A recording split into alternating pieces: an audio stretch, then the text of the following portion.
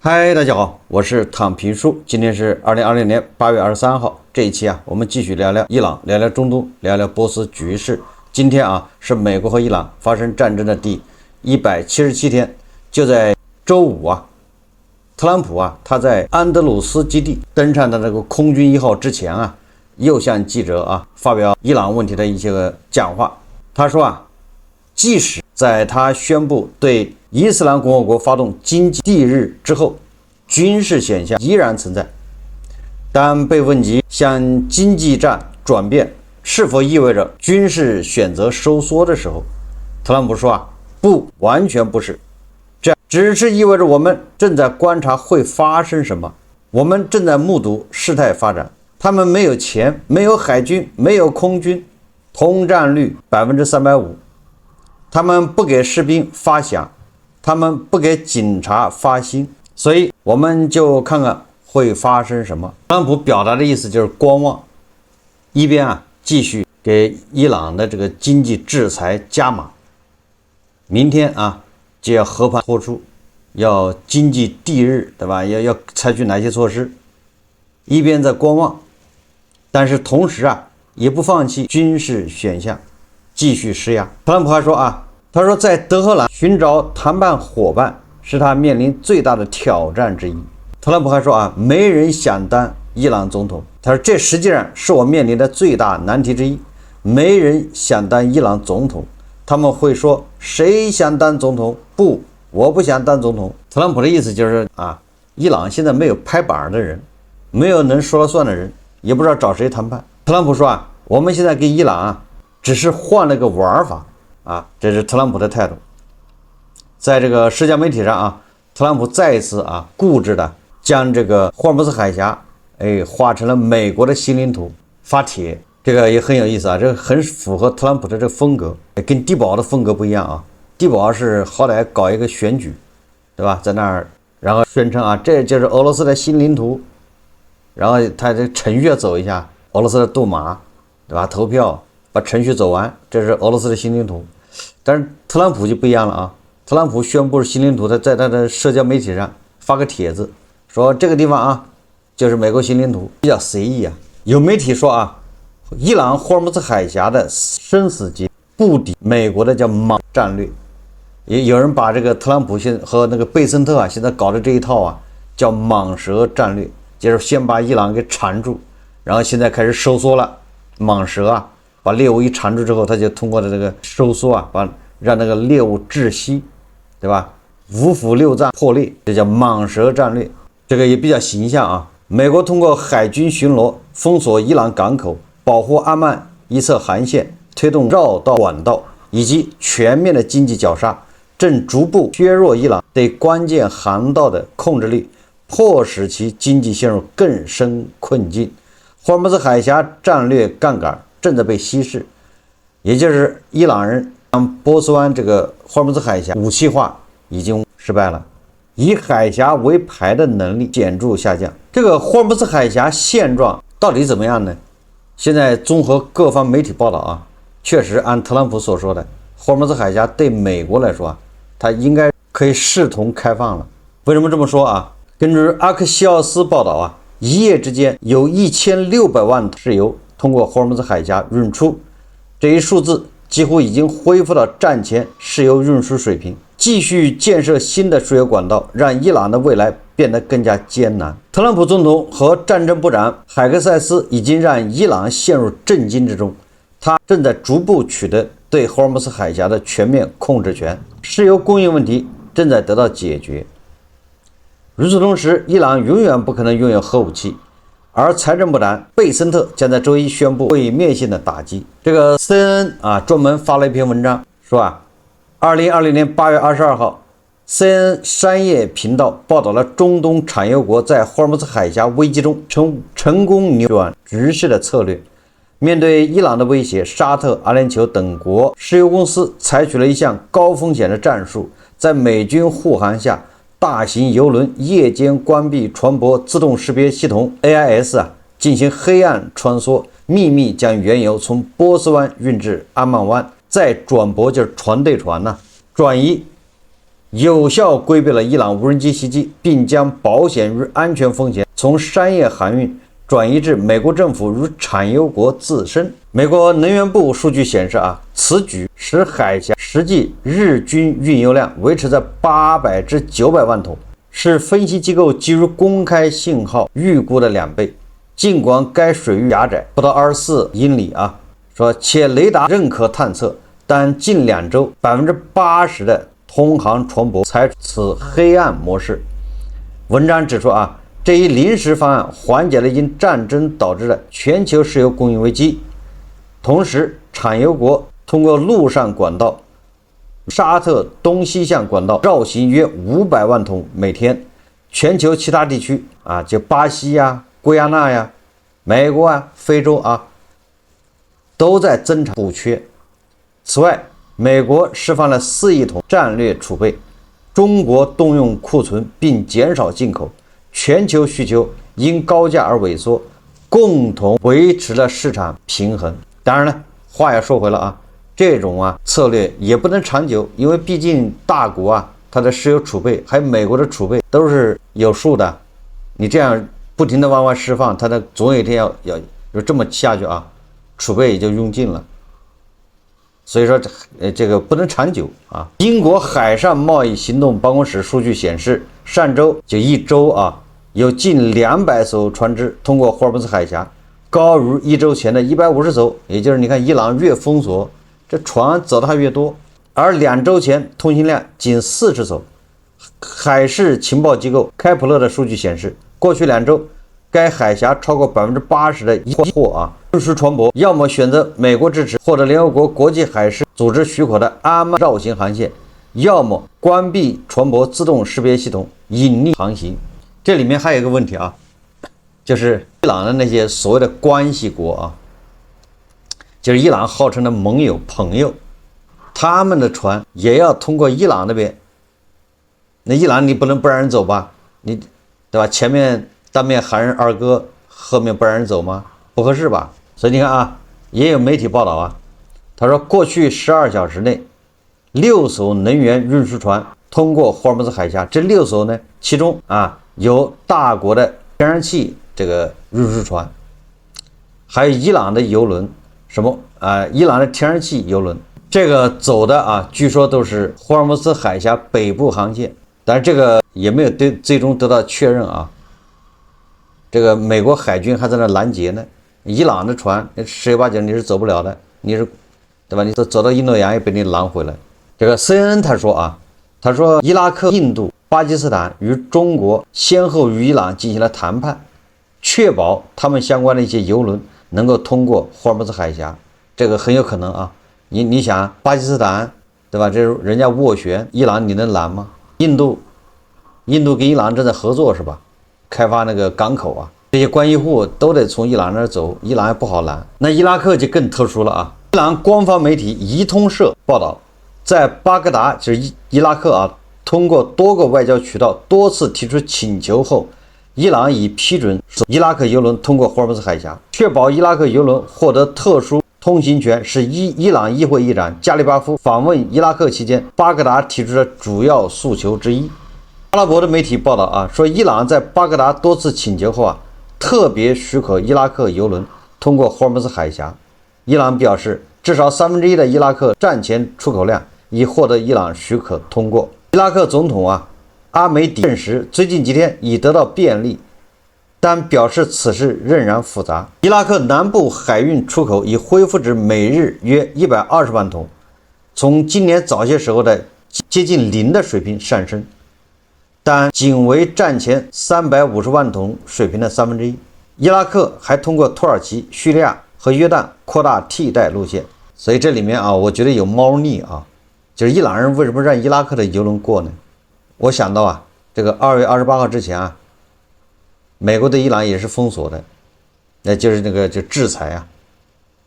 但是伊朗是通過伊拉克洗產地，通过伊拉克賣石油。那這個他把伊拉克的船放出，讓他過這個霍爾木茲海峽，保不齊這裡面就有一部分是伊朗的油，因為他本來就通過伊拉克幫他洗產地往出運所以保不齊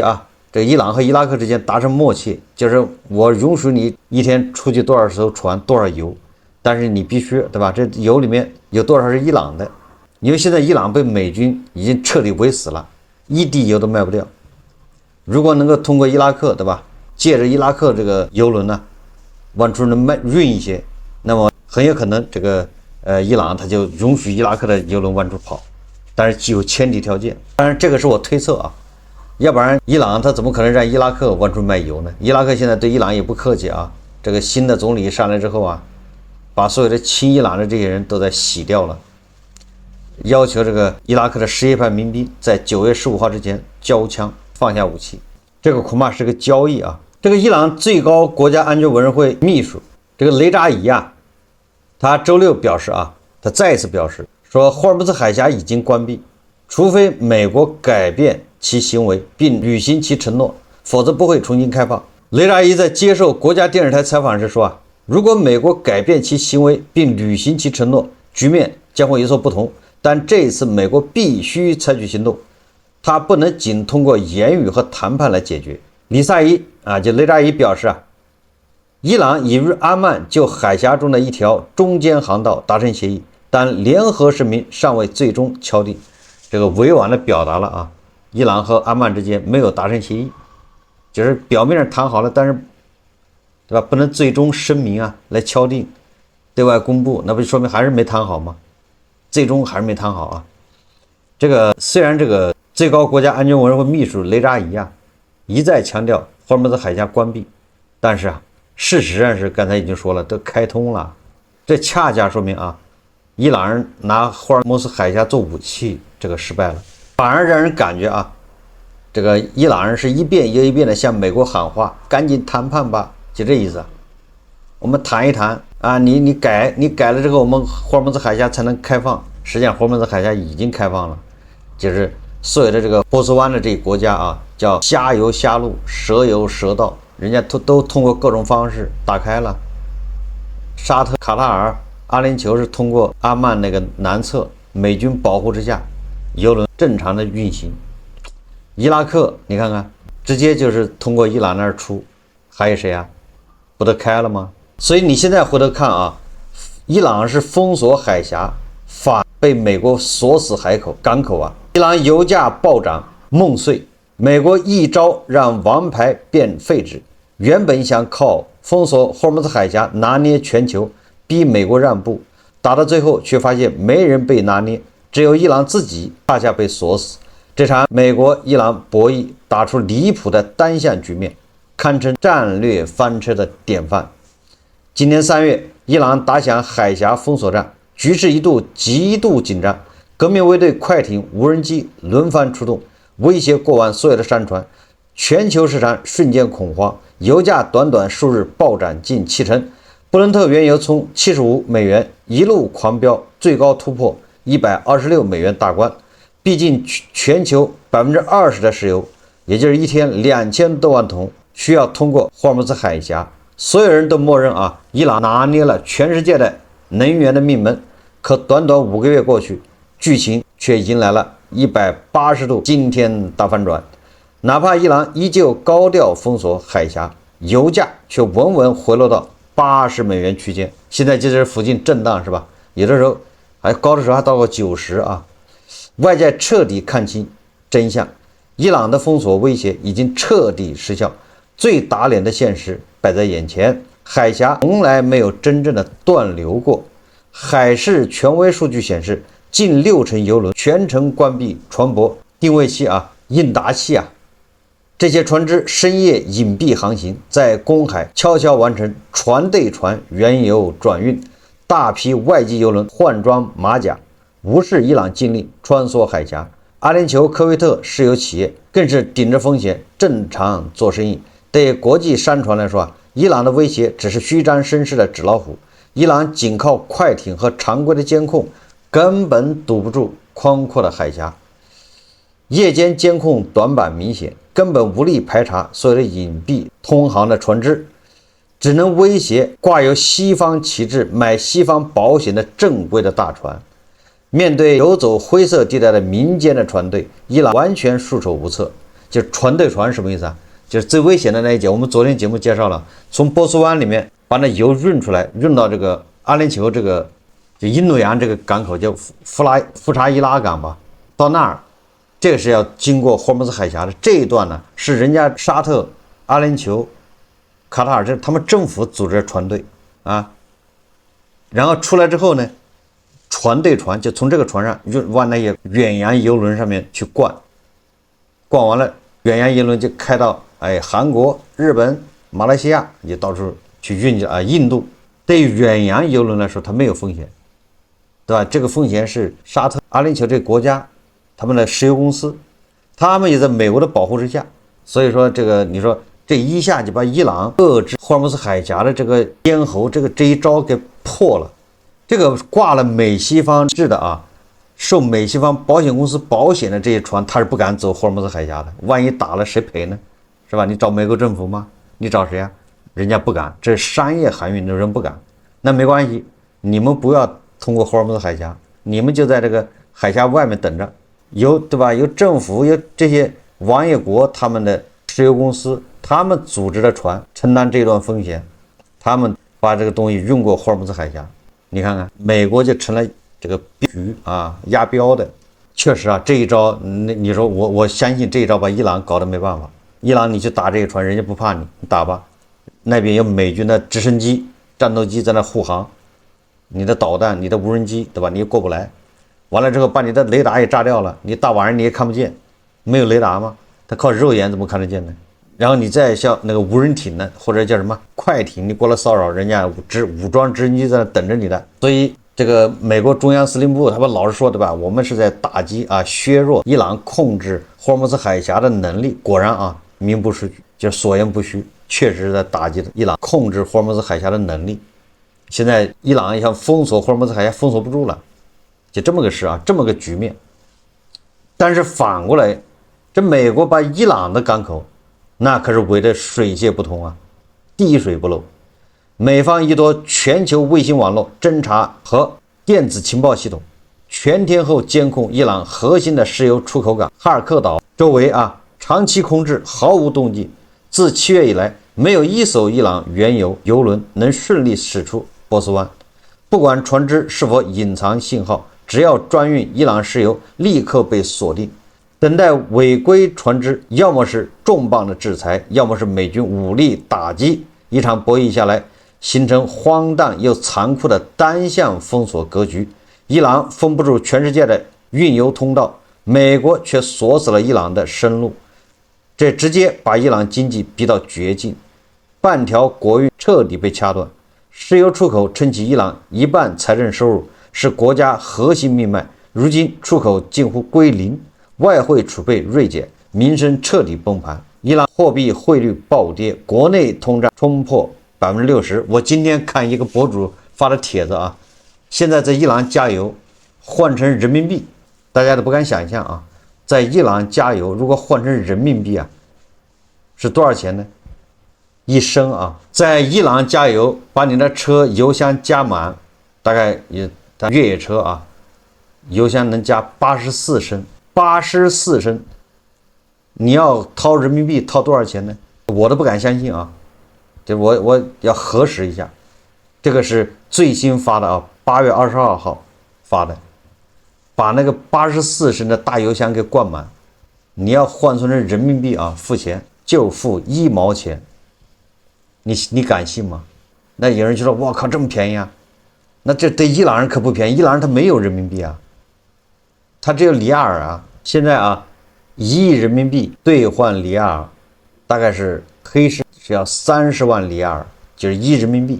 ，1塊錢兌30萬里亞爾，兌美元好像是200多萬呢，美元呢啊，1美元啊，兌200多萬里亞爾，好像是這麼個比例啊，大家自己可以算。你說加滿84升的這個油箱只要1毛錢，我怎麼想也想不到啊。反過來說明里亞爾貶值太快了。所以說這個啊，外匯儲備銳減，民生徹底崩盤，伊朗貨幣匯率暴跌，百姓生活艱難，街頭排隊搶購生活物資的畫面在全網瘋狂傳播。很多人疑惑啊，油價為什麼徹底漲不動？其實背後藏着兩個關鍵原因。歐佩克多個產業國趁局勢窗口期持續增產，精準填補伊朗缺口的市場缺口。所以這就是我說的你朗子油賣不出去，你的客戶全丟了。你的客戶現在跟阿拉伯、沙特在買油，對吧？在跟甚至有的是跟美國買油，有的通过俄羅斯買油，是吧？伊朗的油出不去，他的客戶全沒了。沙特、伊拉克等7國已連續6個月擴產，9月將繼續增加，每天增加20萬桶產能增加。除此之外，海灣國家早已啟動陸上輸油幹線，完美繞開霍爾木茲海峽戰場。伊朗主動讓出的市場份額被周邊國家穩接受。對全球而言，少了伊朗，石油供需依舊處於平衡狀態，所以這才是最殘酷的。朗子把自己撤出了全球能源市場，而沒有了伊朗的供應，全球能源市场居然如此穩定，那你朗子就可有可無了。你再返回這個市場，你就得打折，你不打折誰買啊？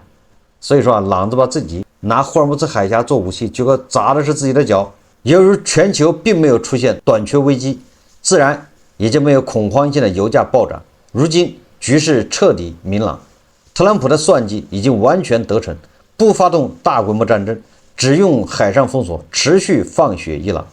既能拖垮伊朗財政，還能把民生的鍋甩給伊朗當局。反觀伊朗手裡僅剩的底牌越來越無力，加速核濃縮會招來猛烈的空襲，扶持代理人只會激化戰局。伊朗開出的停戰條件，在美國眼中等同於無條件投降。這場能源博弈早已分出勝負，沒有全面石油危機，只有伊朗一手打爛王牌，獨自陷入承受國運危機。這就是哈梅內伊葬禮上，對吧？這個大哥派的特使梅德韋傑夫去忽悠伊朗強硬派，說你們沒有核武器，勝似有核武器。那核武器就是霍爾木茲海峽。結果朗子強硬派信了馬上在哈梅内伊葬禮，對吧？還沒結束的時候就開始打通過阿曼那一側的油輪，惹怒了特朗普，是吧？美軍開始報復。大概從那時候開始，美軍就把那個霍爾木茲海峽沿岸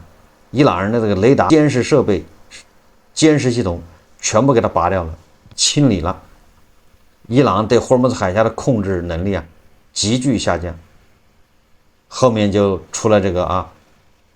走南線，對吧？每天都正常的有油輪出來，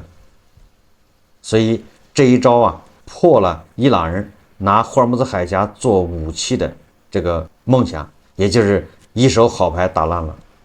這個霍爾木茲海峽徹底被廢掉了，伊朗人手上沒牌了，真的是沒牌，怎麼辦呢？所以他只能喊談判。現在是伊朗人天天在喊傳話要談判。所以我們看特朗普政府威脅要在下周一以一系列強有力的新措施對伊朗發動經濟諾曼底登陸。伊朗各派系周五釋放的信號不一，伊朗武裝部隊總參謀長阿布多拉希少將誓言將做出粉碎性、懲罰性和毀滅性的回應。伊朗議長卡利巴夫表示，我們必須為應對不公正的裁判制裁做好計劃，以便克服他們。這個卡利巴夫同時也說軍事再強大，如果老百姓吃不飽飯，經濟不發展，那我們就要重蹈過去的覆轍，就這意思過去對吧？那個巴里維王朝不就被伊斯蘭共和國推翻了嗎？那不就是老百姓沒得吃嗎？貧富差距分化極大嗎？這卡利巴夫說的就是你軍事力量再強大，老百姓沒飯吃，經濟不發展，你還是要被推翻。但是這個伊朗的總統佩澤西奇扬那就更直接了佩澤西奇扬與當權的強硬派立場相悖，他表示最好在今天，當我們擁有力量和尊嚴，並且全世界都承認我們的勝利之時，結束這場戰爭。